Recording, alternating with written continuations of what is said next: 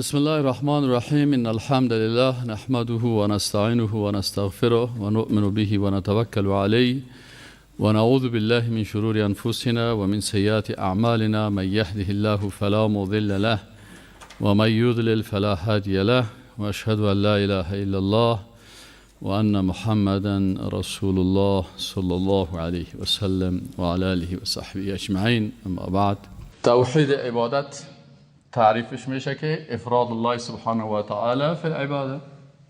آسان، افراد الله سبحانه و تعالی فی العباده بسیار آسان است. و توحید حاکمیت چه قسم تعریف میشه؟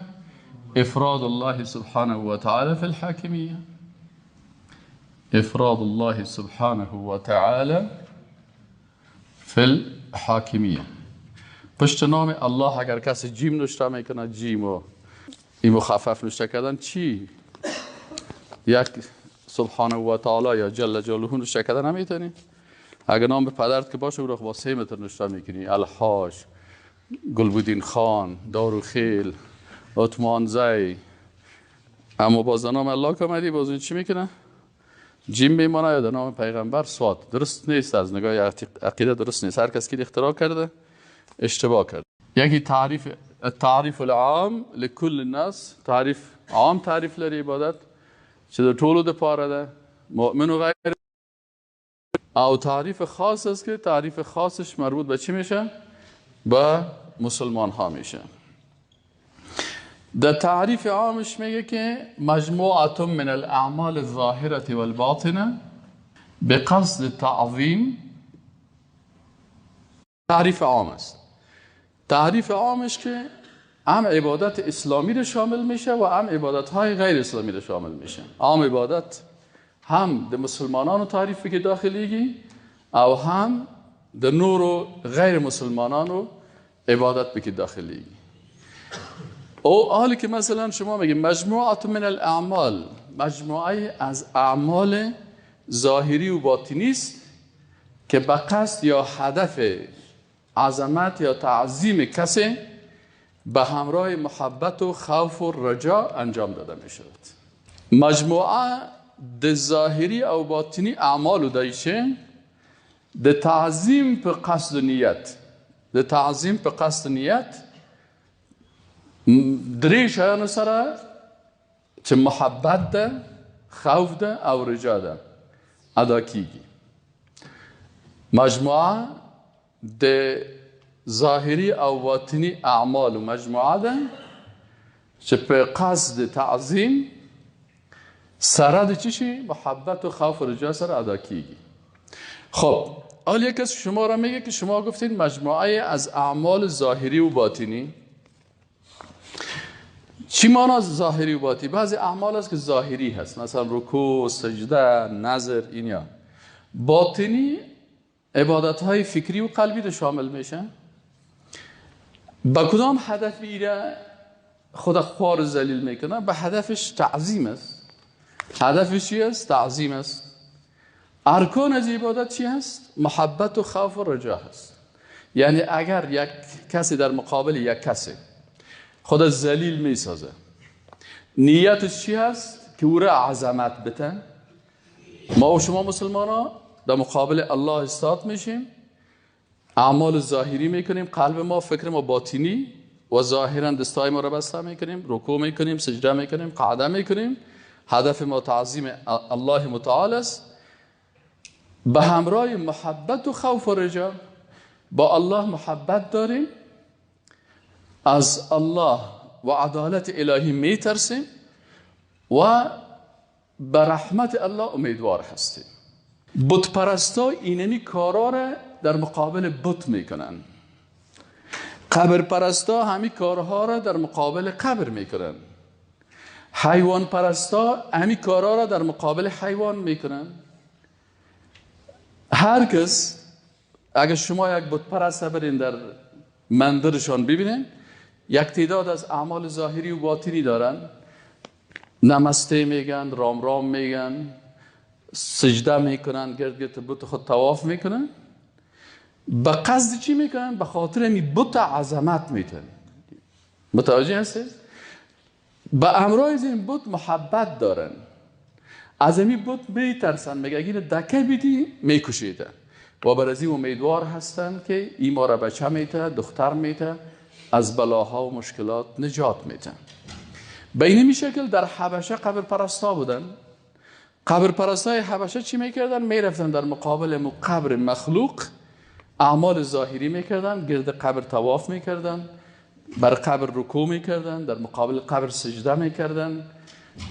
و به چی هدف به این قبر میکردن؟ به خاطر این قبر تعظیم میکردن، به خاطر تعظیم از اینکه این بسیار بزرگوار است، بسیار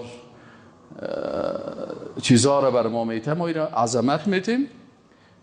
با امرای اینمی صاحب قبر محبت بسیار قوی می داشته باشه و با از این می ترسیدن، می گفتن این اگر ما یک کمک بیادی کنیم، این صاحب قبر آسمان سر ما چپه میکنه، زمین سر ما چپه میکنه، هلاک ما میکنه. و رجا و امیدوار بودن که بر ما بچه میته، دختر میته، پیشش گوارگک جور میکردن، اینی کارا رو میکردن. پس اینی تعریف عام عبادت است که در کلگی شامل میشه. تعریف خاص عبادت چی هست؟ اسم جامع، یک نام جامع است لكل ما يحبه الله، لكل ما يحبه الله ويرضاه من الأقوال والأعمال الظاهرة والباطنة. این علماء تعریف میکنن، میگن که اسم جامع لكل ما يحبه الله ويرضاه من الأقوال والأعمال الظاهرة والباطنة. عبادت مسلمان ها چه قسم تعریف میکنن؟ یعنی تعریف های زیاد است، منتها این تعریفش زیادتر علما تاکید کردن، میگن خوب تعریف است، واضح ساخته. میگه خود عبادت یک کلمه جامع هست، یک نام جامع هست برای هر چیزی که او را الله دوست داره. هر چیزی که الله دوست داره او را عبادت میگه، یحبه الله، و او چیز رضایت الله را جلب میکند. نام جامع هست به هر چیزی که الله آن را دوست دارد و الله از او چی میشه؟ راضی میشه. از چی هست؟ من الاقوال، بعضی اقوال هست مثل ذکر و دعا و تلاوت و قرائت و اینیاست، تسبیح و حمد اینا هست. والاعمال، بعضی اعمال است که بعضی از این اعمال ظاهری هست و بعضیش باطنی هست. اعمال ظاهری رکوع و سجده و قعده و قیام اینیا هست، و باطنی اعمال قلبی هست مثل خوف است و محبت است و رجا هست و تعظیم شعائر الله، کل از اینا هست که باز میایه. خاص تعریف ده عبادت چه ده؟ اسم جامع یا مکمل نوم ده لكل ما يحبه الله، ده هر شی ده پاره چه الله سبحانه وتعالى حق سر محبت لري، ده الله خوخیگی، لکه الموز، حج، رکوع، جهاد، دعوت، ده طول. و یرضاه او الله راضی کی، الله سبحانه وتعالى راضی کی من الاقوال ده خبرونه چه پر جبه ویل کیگی لکه تسبیح و ده شیان، والاعمال او نور اعمال، شاید ده عمل ظاهریه لکه رکوع و سجده، او باطنی یا ده قلب اعمالی یا ده فکر اعمالی، دیتا عبادت ویل کیگی. اسم جامع یا جامع نوم ده طول و حق شیان و ده پاره چه ده الله خوخیگی، الله ور باندې راضی کیگی. عالم تعریف میکنیم توحید عبادت، افراد الله سبحانه و تعالی، افراد الله سبحانه و تعالی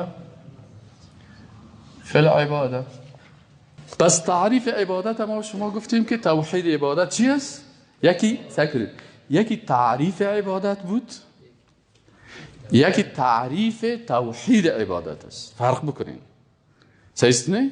یکی مطلق عبادت تعریف کردیم، یکی توحید عبادت تعریف کردیم. وقتی ما و شما میخوایم اسلام به شکل علمی و اکادمیک به شکل بسیار خوب مطابق قرآن و سنت بفهمیم، متوجه هستین؟ باید کلی اصطلاحات درست مفهومش بفهمیم. اگر تعریفش نتونستیم عربی یاد بگیریم، فارسی افراد الله سبحانه و تعالی فی العباده، یگانگی الله در عبادت است. تعریف توحید سخت است. یک کسی از پیش یک جوالی پرسان میکنه، میگه توحید عبادت چی نمیگه؟ شما برش میگین کاکا جان جوالی جان توحید عبادتی است که الله سبحانه و تعالی رو در یگانگیش عبادت کنی. هیچ عبادت پیش از او مرغ کلیت خم نکو، پیش از او بز کلیت خم نکو، پیش او پادشاه کلیت خم نکو، پیش رئیس کلاب بوکست کلیت خم نکو. اینمی عبادت بر از اونا نکن. این یگانگی الله است. در با پشتون بپرسان میکنه میگه الله یوالی به چی شکل؟ به عبادت. دیت توحید به چی شوی؟ عبادت وی. اقسام توحید عبادت تعریف شک فهمیدیم؟ میاییم سر اقسامش. حال پرسان شما را میکنه میگه توحید عبادت چند قسم است؟ شما برش میگین که 6 قسم است. چند قسم است؟ كم قسم توحيد العبادة؟ شو معنى أقسام العبادة؟ توحيد العبادة ينقسم إلى 6 أقسام. كدام است؟ ما میگیم که العبادات آفرین العبادات الفكرية والعبادات القلبية والعبادات اللسانية والعبادات البدنية آفرين والعبادات المالية والعبادات التشريعية أو القانونية. بس عبادات چند قسم است؟ 6 قسم. یک کسی گنگ است میگه مرا خب عبادات برام بگو. برش میگه که عبادات چند قسم است؟ 6. اول عبادات فکری. کجایی؟ دوم قلبی، سوم زبانی، چهارم بدنی، پنجم ششم قانونی. چند قسم عبادت شد؟ 2 قسم عبادت شد؟ 8 قسم. اول کوم عبادت دی؟ فکری عبادتونه. دوم دزله عبادتونه. دریم جبانیز عبادتونه. چهارم بدنی عبادتونه. پنجم مالی عبادتونه. شپږم قانونی عبادتونه. صحیح شد؟ این 6 قسم عبادت است. فهمیدین یعنی؟ خب این حال میم اول باید شروع کنیم از عبادات فکری. وقتی که سر عبادات فکری بحث میکنیم اول باید فکر را بشناسیم. تعریف الفکر. تعریف فکر چیست؟ اعمال العقل فی المعلوم. یا قبلتون زیاد مهم نیست که حفظ کنین. ما کسی نمیخوایم که حفظ کنیم. مقصد بفهمین. فکر چی را میگه؟ اعمال العقل فی المعلوم للوصول الى المجهول. یک نفر چون فکر خود در یک چیز میپرده میگه به خاطر از اینکه عقل خود در کار میپرده در یک چیز معلوم دار. اینمی اینه کی جور کرده باشه؟ حتما یک نجار جور کرده. چرا جور کرده؟ به چی هدف جور کرده؟ این فکر میگه به خاطر چیزهایی که پیشش مجهوله صورت درک بکنه از نگاه عقلی، چون حس نمیتونه جواب بگه. این حال فکر هم همین است که بسیاری وقتا ای آسمان پیدا شده فکر تا میگن آها و یتفکرون فی خلق السماوات والارض. خب چرا ای آسمان پیدا شده؟ چرا انسان ها پیدا شده؟ ما انسان چرا پیدا شدیم؟ حکمتش چیست؟ هدف از خلقت ما چی است؟ کدام زندگی دیگه هم است؟ و زندگی چه قسم است؟ آیا راهنمایی دارم؟ کتاب آسمانی هست؟ این خالقی که آسمان و زمین خلق کرده کتاب فرستاده؟ این کل چیز فکر است. اعمال العقل فی المعلوم للوصول الى المجهول. چیزایی که مثلا با حس نمیتونی با عقلت اون رو چی میکنی؟ پیدا میکنی. خب حالا این فکر چند قسم است؟ فکر چند قسم است؟ با شما میگم که الفکر ینقسم الى قسمین. کدام قسمین هست؟ تو میگی قسم اولش الفکر الاسلامی و قسم دوم چی است؟ الفکر غیر الاسلامی. یکیش فکر اسلامی هست و دیگهش فکر غیر اسلامی. فکر اسلامی چی را میگه؟ میگه کل نتاج للعقل البشری وفق منهج الاسلام. هر چیزی که عقل انسان درک میکنه و او را پیدا میکنه و سر از او فکر میکنه، کل چیزی که توسط عقل انسان به دست میاد مطابق منهج اسلام که مطابق کتاب الله و سنت رسول الله صلی الله علیه و سلم و اجماع امت اسلام و قیاس اگر مطابق ازی بود پس چی است؟ این فکر اسلام میگن. متوجه هستین؟ این میگن. خب حالا وقتی که رو فهمیدیم پرسان میشه که خب اسلام کدام برنامه فکری داره که مطابق قرآن باشه و برای ما دلیلش از قرآن و سنت ثابت کردیم. ما میگیم بله، ما در فکر اسلامی چی داریم؟ خط فکری داریم. الخط الفکری الاسلامی، خط فکر اسلامی. ده اسلامی فکر خط. مثلا یک انسان است و انسان چی است؟ مسلمان است. حق اینی جه هست، حق. اولی انسان میخواد که از این میجه بره حق پیدا کنه. این صراط مستقیم راسته که ایره به مو فکر برسانه، ایره برسانه مطابق قرآن. ما وقتی که میخوایم حق درک بکنیم، قرآن فکر ما و شما را چه قسم اصلاح میکنه؟ به خاطر که حقیقت درک بکنیم، قرآن عظیم شان برای ما و شما چی روشی را بیان کرده. ما میگیم که قرآن عظیم شان برای ما گفته که در دنیایی که محسوسات است، چی است؟ محسوسات چی رو میگن؟ چیزایی که حس میشه، با چشم دیده میشه، با چشم سیزه، با دست. این محسوسات میگن. دوم چیزایی که در دنیا هست او چی است؟ معقولات است. معقولات چی رو میگن؟ چیزایی که توسط عقل درک میشه. آفرین. سومش تجربیات است. تجربیات چی رو میگن؟ یعنی چیزی که توسط تجربه، توسط چی؟ توسط تجربه درک میشه. چهارمش چیزایی هست که تصدیقیات است. تصدیقیات چی است؟ که او چیزی که تو تصدیق میکنی که درست است و صحیح است، مثل اقرار به زبان، تصدیق بالقلب. و پنجمش غیبیات است و احکام است.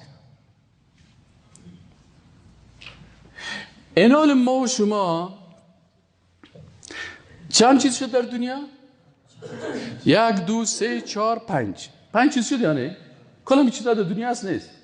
از اینکه اضافه چیز نیست، هست چیزی دیگه. اینال الله متعال بر ما و شما 5 نعمت داده. چند نعمت داده؟ 5 نعمت داده. برای محسوسات گفته از نعمت حس بر ما داده. الله متعال گفته از حستان استفاده کنیم.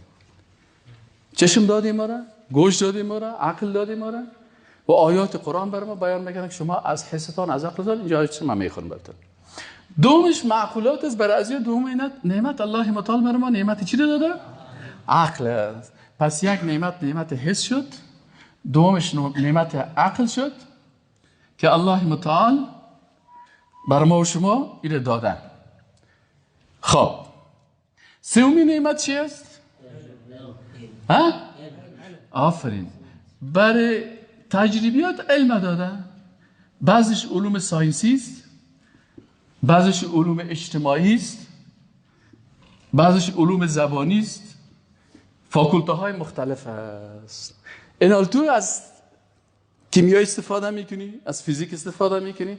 این قرآن عظیم شان هست که باید ما مسلمان ها در امور تجربی از چی استفاده کنیم؟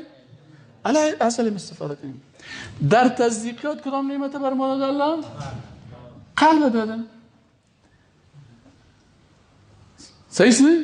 پس ما وقتی که تصدیق میکنیم، اقرار به زبان میکنیم و تصدیق به چی میکنیم؟ به قلب میکنیم. و در مسائل غیبیات که حس و عقل و علم و قلب کار نمیته، و یا بعض احکامی که ما اصلا رو نمیفهمیم که کدام عبادت بکنیم، کدام حکم بکنیم، کدام حکم، این چیز برای ما چی است؟ وحی است. وحی خفی و وحی اول جلی نشتا کنیم قرآن است. وحی جلی قرآن عظیم شان، و وحی خفی احادیث صحیحه رسول الله صلی الله علیه و سلم. باز ما در منهج‌های دیگه میخوانیم که بعضی حسگرا هستن، از حس میخواه، غلط است فلسفهشون. بعضی عقلگرا هست، بعضیشان علمگرا هست، بعضیش قلبگرا هست، بعضی وحیگرا هست. این قسم مردمای هستن که باز ما میبینیم با یک نعمت میگیرن، بسشان میگیم که فلسفه شما کلش غلط است. به خاطر ازی عالم ما و شما گفتین ما از محسوسات در حس استفاده میکنیم. قرآن عظیم شان برای ما میگه که از فکرتان استفاده کنین و کسانی که از حس خود استفاده نمیکنن. اول ما در محسوسات از چی استفاده میکنیم؟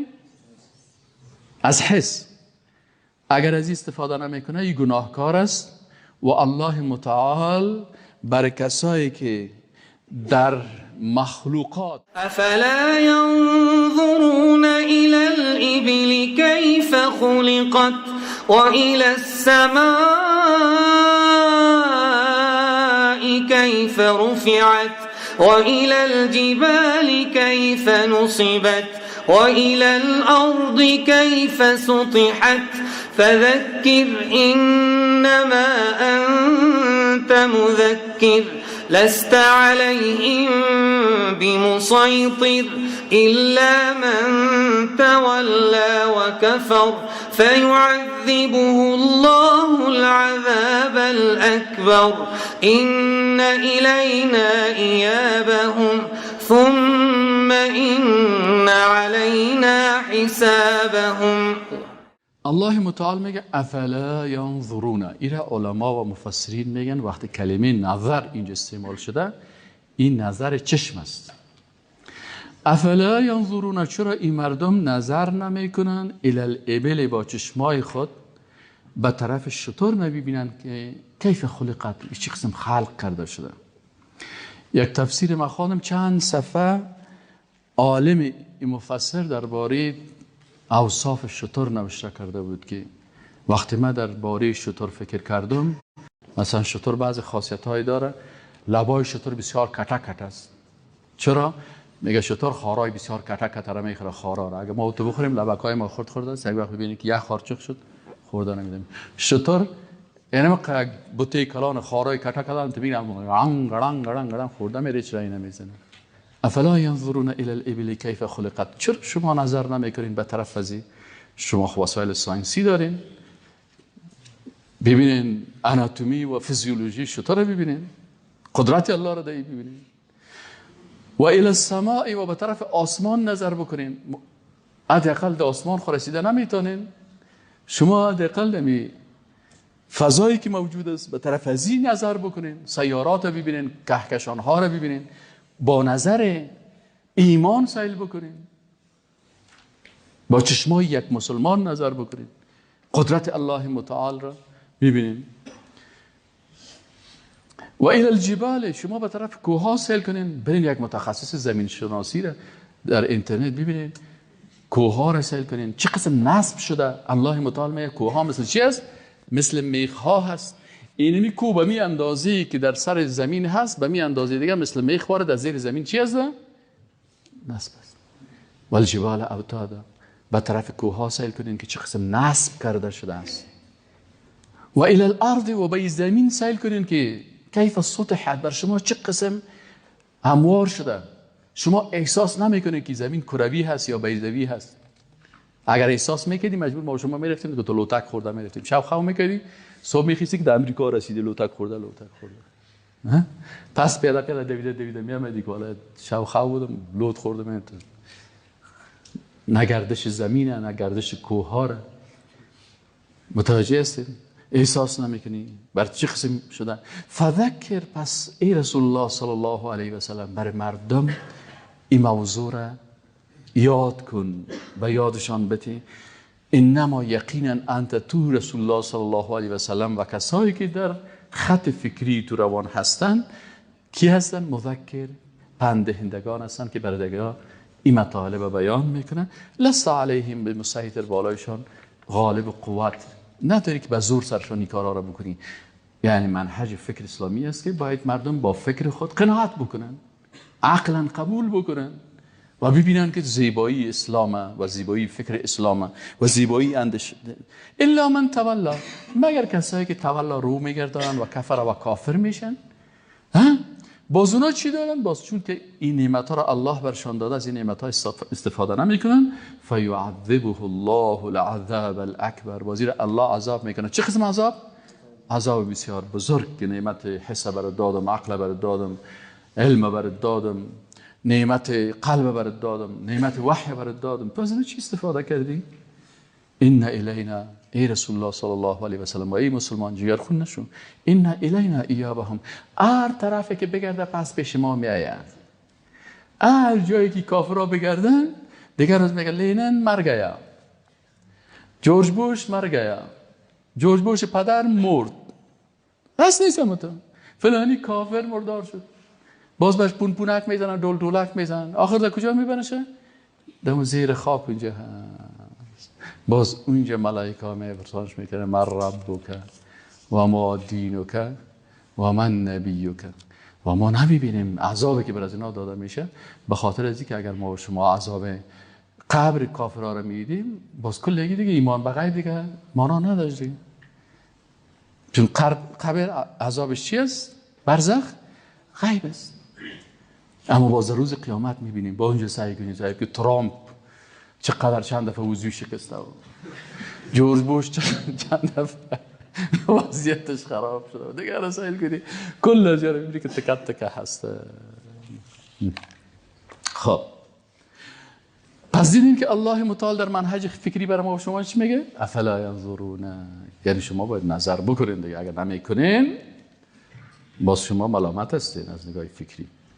دوم مثلا میگه کسی که از حواس خود استفاده نمیکنه اینا چی هستن؟ دوزخی ها هستن. سوره اعراف آیت 179 رو میبینیم. ولقد ذرأنا لجهنم كثيرا من الجن والإنس لهم قلوب لا يفقهون بها ولهم أعين لا يبصرون بها ولهم آذان لا يسمعون بها أولئك كالأنعام بل هم أضل أولئك هم الغافلون. ببین الله متعال برای کسایی که از حواس خود استفاده نمیکنه میگه اینا دوزخی هستن. یک عیبشان، دومشان از حیوانات هم بدتر است. چرا؟ همین حیوانات از چشم خود استفاده میکنن، استفاده مثبت میکنن نمیکنن؟ همین حیوانات از گوش خود استفاده مثبت میکنن نمیکنن؟ پس انسان چی بلا زده؟ الله متعال میگه ولقد ذرأنا لجهنم و یقینا آماده کردیم برای جهنم، برای دوزخ، کثیرا من الانس والجن، بسیاری از انسان ها و جن ها را. من الجن از جن ها و الانس و انسان ها. یا چی مشکل دارن؟ لهم قلوب لا یفقهون به، قلب دارن لکن از قلب خود استفاده مثبت نمی کنن که فقیه شوند، عالم شوند، دانشمند شوند. ولهم اعین، چشم دارن لکن لا یبصرون بها، با این چشم خود حقایق نمی بینن. ولهم آذان، گوش هم دار، گوش ها دارن، لا یسمعون بها، لکن گپ حق نمیشنون. چشمش حق نمی بینه، گوشش حق نمیشنون. گپ حق که برش بزنی باز چی میکنن؟ نمیخوای بشنون، نمیخوای میگه من این موضوع رو بشنوم. برای یک کس یک روز صحبت میکرد برای گفت من نمیخوام اصلا میگه بشنوم، هیچ وقت ندارم که بشنوم. بسیاری کساس میگن اصلا وقت ندارم که گپای این مردم بشنوم و درس دین و قرآنی گپارن، من وقت ندارم. الله متعال میگه اولئک، یا ارزششان درست است انسان هست، الله متعال برشان کرامت انسانی داده، برای کل انسان داده، نگفته کرامت تنها برای مسلمان ها هست. ولقد کرمنا بنی آدم، الله متعال میگه بر کلشان کرامت دادیم، عزت دادیم، اعضای بدن دادیم، نعمت ها را دادیم. حتی بسیاری نعمت هایی است که به مسلمان ها نداده برای کافر ها داده. از ما و شما که بسیاری کافر ها خوب پیسه دار هستن، خوب امکانات دارن، خوب زراعت دارن، خوب ساینسی گپا دسترسی دارن، لکن کل از این برای چی استفاده کردن؟ در مثبت استفاده نکردن، در منفی. از طیاره مثلا بسیاری مردم بیچاره از یک ولایت به دیگه ولایت میره، از یک قریه به دیگه قریه موتر پیدا نمیکنن، لکن طیاره را کلش استفاده میکنن برای چی؟ برای قتل از این انسان. اگر در خدمت انسان قرار میداد چقدر خوب بود.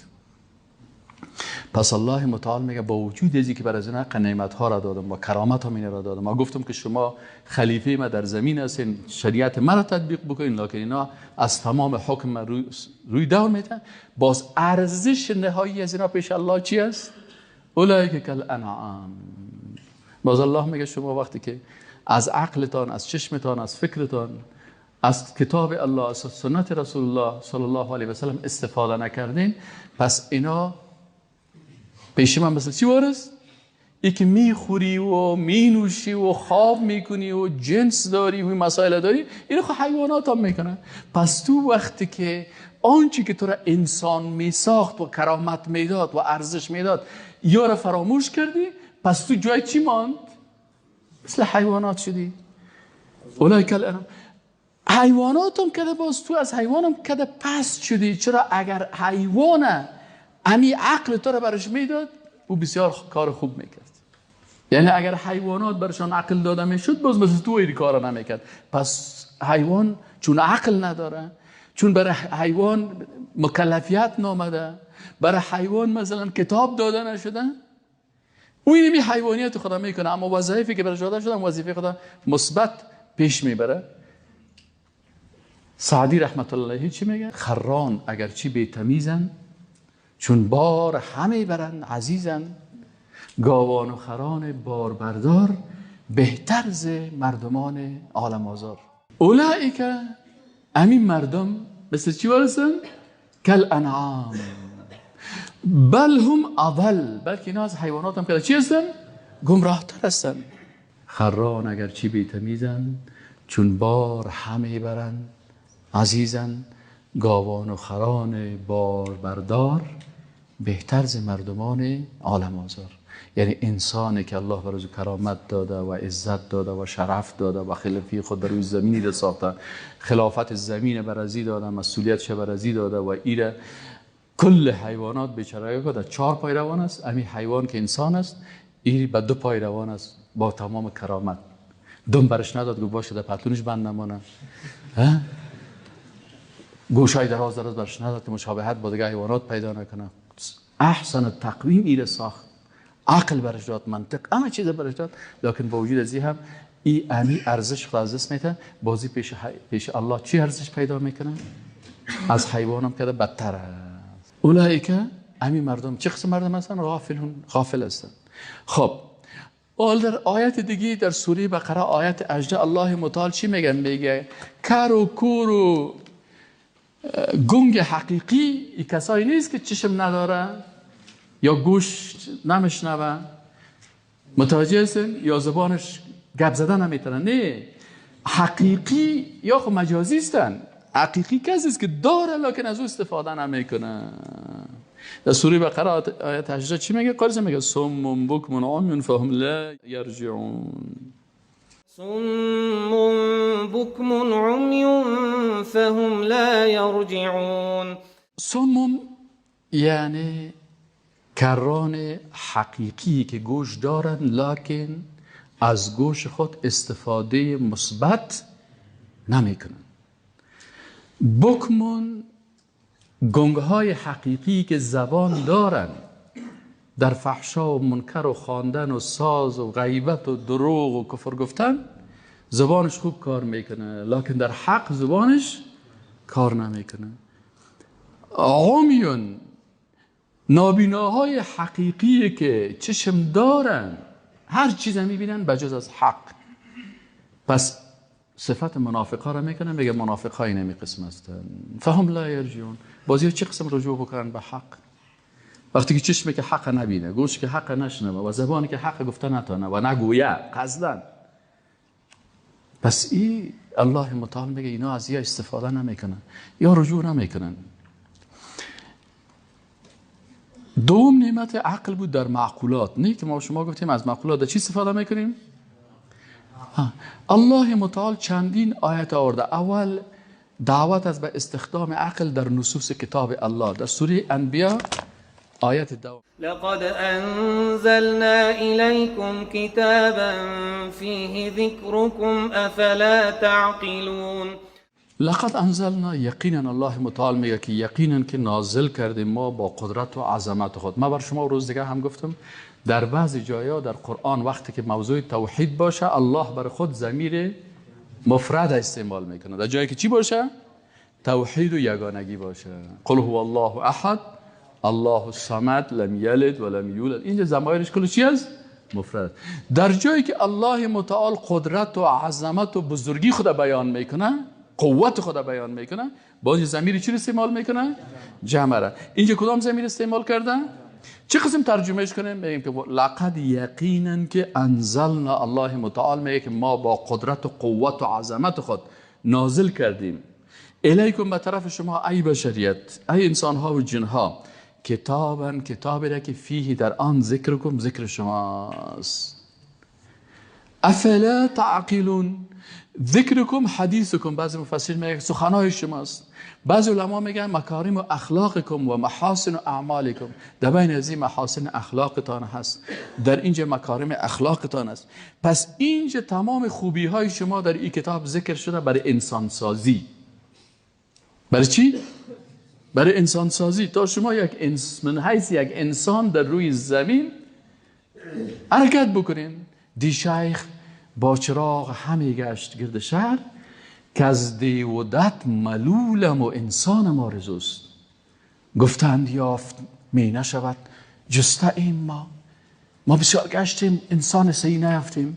گفت آن که یافت می نشود آنم آرزوست، که از همراهان سست عناصر دلم گرفت، شیر خدا و رستم دستانم آرزوست.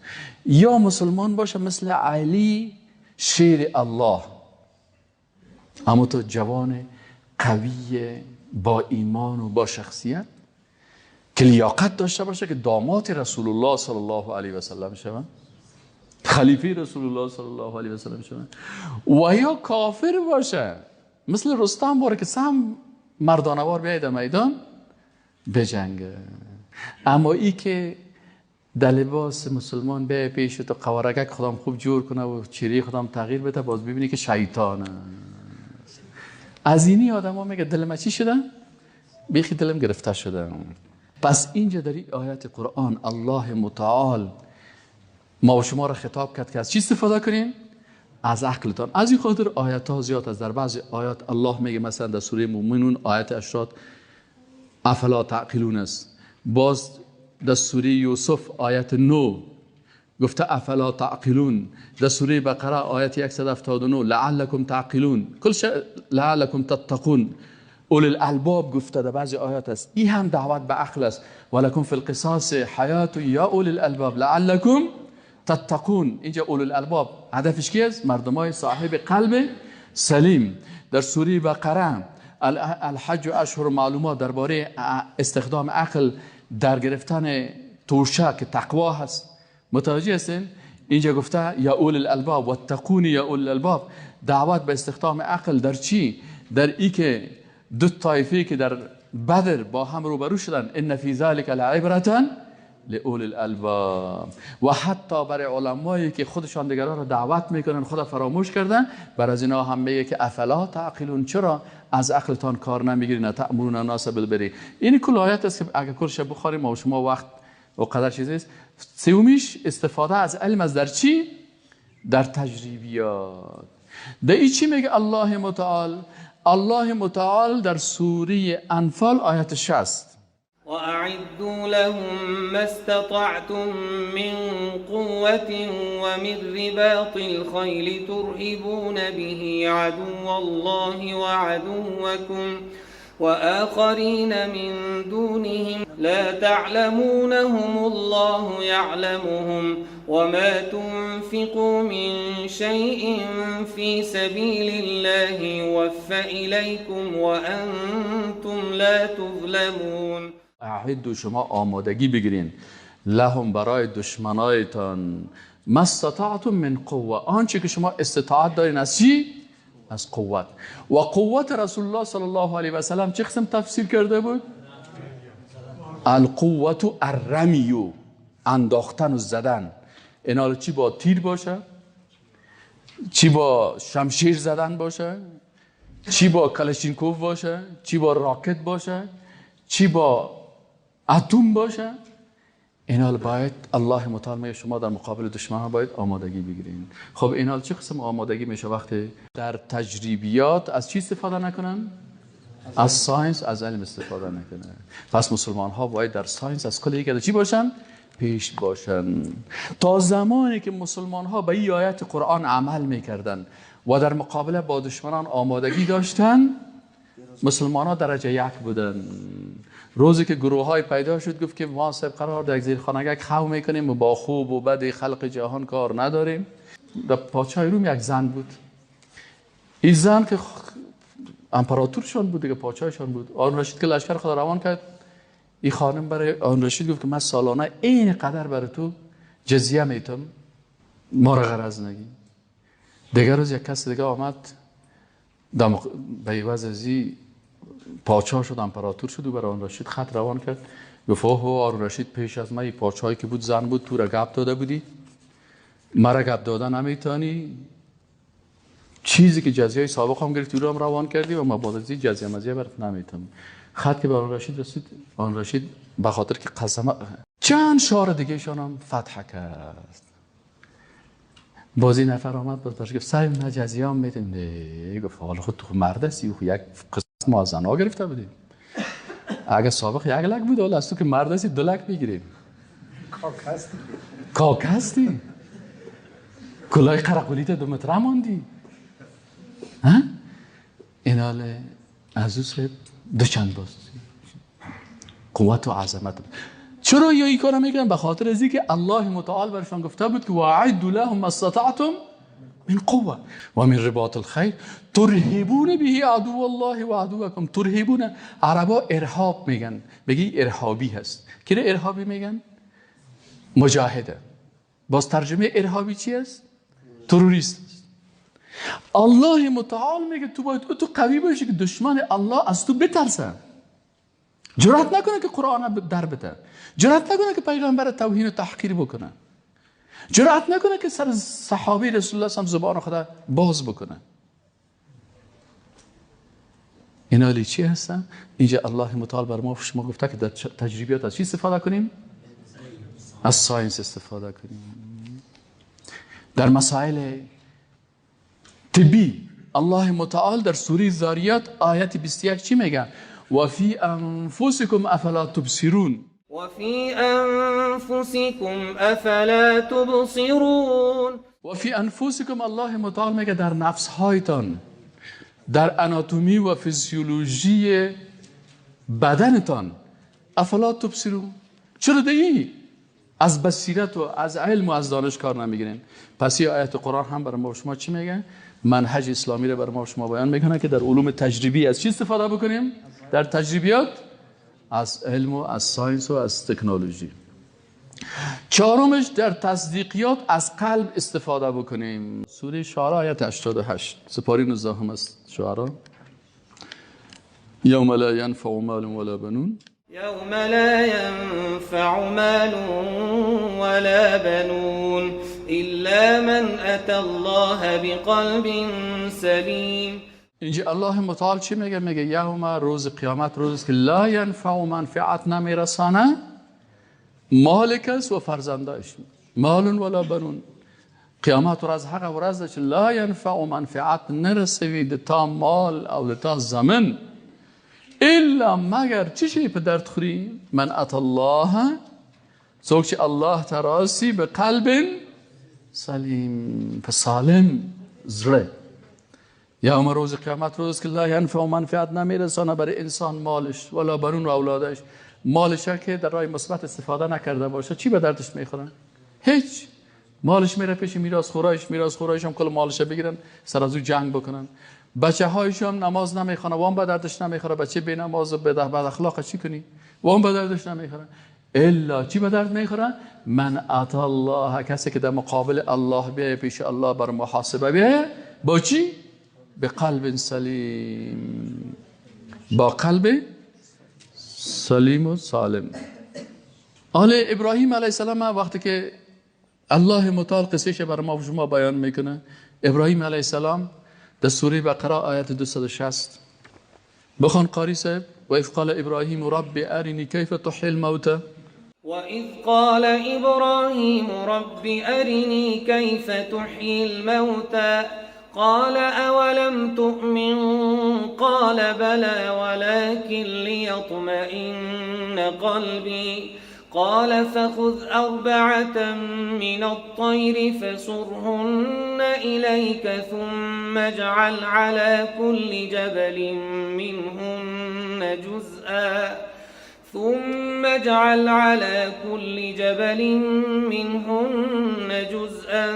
ثم ادعهن يأتينك سعيا واعلم أن الله عزيز حكيم. و اذ قال و هنگامی که قال گفت ابراهیم و ابراهیم علیه السلام چی گفت؟ گفت ربی ای رب من، یا ربی اصلش یا رب است یا حذف است اینجا. ربی ای رب من، یا رب من، ارینی تو خالق ما هستی، تو شفا دهنده هستی، تو روزی دهنده هستی، ارینی بر من نشان بده کیف تحیی الموتى که مرده ها را چه قسم زنده میکنی. قال الله متعال بر ابراهیم علیه السلام گفت اولم تؤمن، آیا ایمان نداری؟ قال بلا، گفت بله ولکن لیطمئن قلبی، لکن به خاطر از اینکه اطمینان قلبی حاصل بکنم. اینجا ابراهیم علیه السلام چی میخواد؟ میخواد که قلب خود تصدیقیات از این خوب قوی تر شود. پیغمبر است، با وجود از این هم تقاضا میکنن خوب قلبم چی شود؟ تصدیقم خوب شود. قال فخذ اربعه من الطير، الله متعال برش گفت که 4 قسم پرنده را بگی، 4 نواره از انواع مختلف، فصرهن الیک، اونا را به امرای خود عادت بده که وقتی که صدایشان کنی پیش تو بیای. 4 قسم پرنده را نگاه کن، وقتی برش تو بیو میگی بیای پیشت. ثم جعل، بعد از یه چی کو یا رب بگی خوب اما تو کوفته جورشان کو، همین 4 تا پرنده را و کلش مخلوط بکو.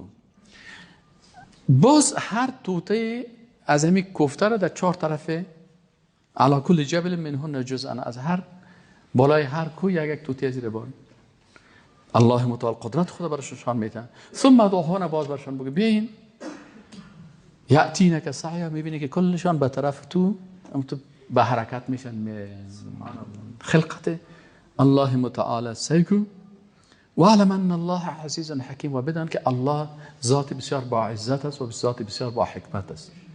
امی طفلکت که نو تولد میشه، نو که طفلک تولد میشه، امیر یک مرتبه اما طفلکی که نو تولد میشه دستکایش سعی کن، بینیگکش دست بزن، گوشش سیل کن، ببین که چه خالق هستی را خلق کردن. چون بچه که خود از کم کم چیرگک تام دارم تو جانالیستی و قربانلیگک تسعی کن. ببین قربانک چه خوب چیرگک دارن، چه خوب ملمایه. شاعر چی میگه؟ میگه در داخل شکمت یک دفعه سعی کن بطنتن. یک وقت همی التراساوند در شکمت باند تلویزیونک خودت سیل کن. و درونت چیشار میمنه است، قصر شیرین و ملک فرهاد است. توی که در داخل شکم تو چی شرکت ها و فابریکه ها هست. این کلش استفاده باید بکنی. به خاطر چی؟ به خاطر از اینکه قلبت سالم شود و حقیقتا باز بگی که آن کس که تو را شناخت جان را چی کند؟ فرزند و عیال و خانمان را چی کند؟ دیوانه کنی، هر دو جهانش بخشی، دیوانه تو هر دو جهان را چی کند؟ نه شاعر یک غلطی کردن، ما شما هر دو جهان کار داریم. شاعر یک دفعه به عقل می باشه. خب من شعرهایش سابق زیاد یاد گرفته بودم، بسیار شکم میخوانم، باز شعرهای بی عقلی است. حالا میگه دیوانه تو هر دو جهانش. نه، ما رو اول الله دیوانه نمیکنه، خوب هوشیار میشیم، هر قرار بخونیم فکر ما جور میشه. و باز در دو دنیا را میتیم. ما در هر رکعت نماز بعد از دو رکعت نماز که میخونیم در تحیات چی میگیم؟ ربنا آتنا فی الدنیا حسنه و فی الاخره حسنه. پس از این معلومه میشه شاعر یکم داره بی عقلی میکنه دیگه. احترامش داره، باز میگیم خوب آدم هستی، خوب بی عقل هستی. ما دوش کردیم ربنا آتنا فی الدنیا حسنه و فی الاخره حسنه و قنا عذاب النار. و آخری وقت ما شما کسا در غیبیات از چی استفاده میکنیم؟ از وحی. خب در غیبیات از وحی استفاده میکنیم. آخرین نقطه درس ما شماست. فهمیدین خط فکری را؟ امروز کنم چیز نو یاد گرفتین؟ الان الله متعال ما و شما را میگه که در غیبیات از ذلك الكتاب لا ریب فیه. بخوان قاری سب الف لام میم. الف لام میم ذلك الكتاب لا ريب فيه هدى للمتقين الذين يؤمنون بالغيب ويقيمون الصلاة ومما رزقناهم ينفقون. الف لام میم حروف مقطعات است. الله اعلم بمراده. برازی مرادش بر ما بیان نکرده. الله مرادش چی میکنه؟ بهتر میفهمه.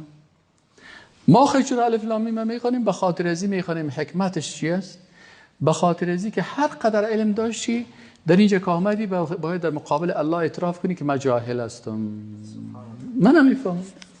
سیست که ماستری خواندیم و دکترا خواندیم و لیسانس گرفتیم، پوهاند هستم و پروفسور هستم و پوهانوال هستم و پوهاندوی هستم و انجینیر هستم و دکتر هستم، لیکن وقتی که پیش کلام الله آمدی چی هستی؟ جاهل هستی. میگیم الله اعلم بمراده، من نمیفهمم. الله وقتی که گفتی نمیفهمم، الله باز بر تو علم میتن. الله متعال باز برات علم میتن. الله متعال میگه ذالک الکتاب، این کتابی که در مقابل شما قرار داره. اصلا ذالک این اسم اشاره بر بعید است. چرا الله متعال هذه الکتاب نگفت؟ حکمت در چی هست؟ یعنی الله متعال میگه که اون کتابی که اصل ازی در کجا هست؟ در مقام بسیار عالی در لوح محفوظ است. این اونو کتاب است. یعنی این کتاب بسیار با عظمت است. تنها این نیست که در این ورقات پیش رویت هست، بلکه اصل ازی انه لقرآن کریم فی کتاب مکنون لا یمسه الا المطهرون. اونجا پاک ملائکه ها که به جبریل امین علیه السلام الله متعال برش وحی میکنه، متوجه هستید؟ اصلی کتابی که الله مستقیما برای جبریل امین علیه السلام وحی میکنه و جبریل علیه السلام مستقیما بر رسول الله صلی الله علیه و سلم این نصوص از این کتاب برش میره. این کتاب بسیار با عظمت است. اصلش کجا نوشته هست؟ در لوح محفوظ است. خب این کتاب چه کمال داره؟ لا ریب فیه. این مثل دیگه کتابا وره نیست که در مقدمه یک مؤلفش نشه کنه ببخشید اگه غلطی کرده بودم، اگر اشتباه کرده بودم، اگر کدام صحبه شده بود شما اصلاح کنین. بگه من اصلاحات تو نیاز نداره. این کتاب چلنج میدید که لا ریب فیه. داری شک؟ هیچ شک نیست. خب این کتابی که کتاب هدایت است. خب این هدایت برای کی هست؟ برای کی هست این هدایت؟ للمتقین. برای کی هست؟ برای متقین. متقین کی هستن؟ اول صفت متقی است که الذین یؤمنون بالغیب، در عبادات فکری فکر خود جور میکنه و از نعمت غیب هم استفاده میکنه. اما کسایی که از غیبیات از وحی انکار میکنن برای او هدایت میشه؟ نه، کافر میشه. 100 دفعه که برش قرآن بخونه هیچ فایده برش نمیکنه. و ننزل من القرآن ما هو شفاء و رحمت للمؤمنین. یک وقت یک کمونیست بود که ما در دفتر یک جای بدیم کار میکرد، چشمای بسیار او چلقک جور شد. ما گفتم بخوانم کور میشی. قرآن بخونی کور میشی. ما گفتم قرآن که بر تو بخونم کور میشی. چرا کور میشه؟ ما گفتم تو آیت تکمیل نمیفهمی. و ننزل، تو بخوان قریسه.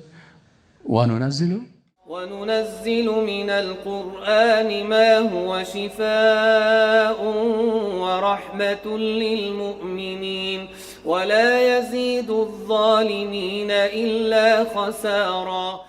قرآن از بشان الله متعال میگه که ما در قرآن نازل کردیم شفا هست، شفای سینه هست، شفای قلب هست، اعضای بدن جور میشه. هر جایی که با قرآن معالجه بکنی قرآن عظیم شان بر تو شفا هست. سوره فاتحه را بخوان به کل مرض ها دوا هست به غیر از مرض مرگ، اما به شرط کس عقیده درست داشته باشه، به قرآن عقیده داشته باشه.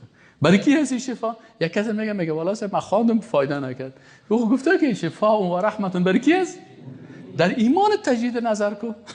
فایده نکرد حتما در ایمان که مشکل است. ولا یزید الظالمین الا خسارا. با ظالم ها زیاد نمیکنه مگر خساره. حالا برای که من روز قرآن میخوادم کور میشه نمیشه. نه راستی. این برای دیندار که قرآن قلبش پاک میکنه، برای با ایمان چشمشه قرآن پاک میکنه، صحیح نه؟ اما چشم بیدین پاک نمیشه. شفا هم بر از نیست. 100 مرتبه که قرآن برش ختم کنی هیچ فایده نمیکنه. الله متعال میگه ذالک الکتاب لا ریب فی هدی للمتقین، هدایت است برای متقیان، الذین یؤمنون بالغیب، در خط فکری خود در غیبیات و در احکام به او ایمان می داشته باشه و از نعمت وحی استفاده میکنه. دیگه چی صفت می داشته باشه؟ این در عبادات قلبی و فکری شد. و یقیمون الصلاة، در عبادات بدنی هم نماز میخوانه. مؤمن حقیقی کسی است، برای کسی هدایت بشه که او با الله جنگی نباشه. بی نماز که الله در جنگ است، که الله گپ نمیزنه. الله میگه روز 5 دفعه که من گپ بزن راز دنیاست کن، این که الله میگه که نه گپ نمیزنم. پس الله میگه ای باز قرآن برای هدایت نمیشه. و یقیمون الصلاة و مما رزقناهم ينفقون. سبحانك اللهم وبحمدك اشهد ان لا اله الا الله واستغفرك واتوب اليك.